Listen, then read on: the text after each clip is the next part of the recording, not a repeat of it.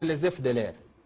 Mais je l'ai dit, je crois les deux autres ici, en lieu et place de poursuivre les FDLR, il est sorti de la RDC comme premier producteur du coltan et des cassitérites.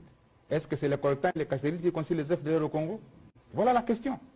Deuxième chose, le 25 janvier 2009, l'armée rwandaise est entrée au Congo. Pendant un mois, jusqu'au 25 février, d'ailleurs ça coûtait la vie d'ailleurs à l'ancien président de l'Assemblée nationale qui a dit qu'il n'était pas informé de l'entrée de l'armée rwandaise par l'opération Umoja Wetu. J'étais là. Ils sont entrés jusque dans les fins fonds.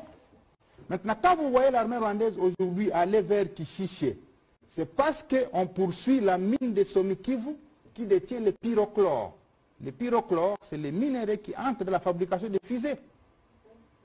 Et c'est recherché à travers le monde. C'est la mine de Somikivu qu'on est en train de suivre effectivement là-bas.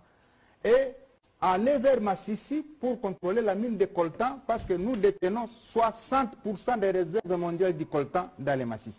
C'est particulièrement le pyrochlore et le coltan dans les Massissi qui fait l'enjeu de la guerre.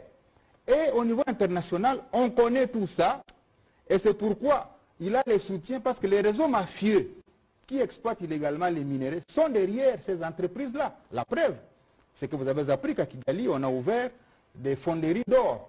Mais quand les séries ont commencé à revenir en RDC, les fonderies d'or de Kigali ont fermé parce qu'elles n'étaient plus alimentées par l'or. Et les fondateurs sanctionnés. Voilà.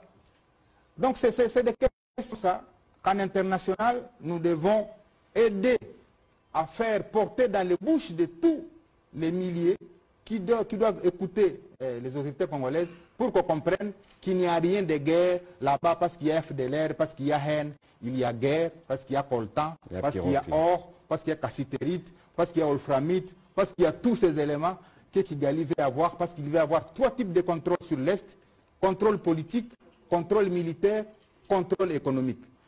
Dès qu'il n'est pas rassuré d'avoir les trois types de contrôle, il n'est pas à l'aise à Kigali.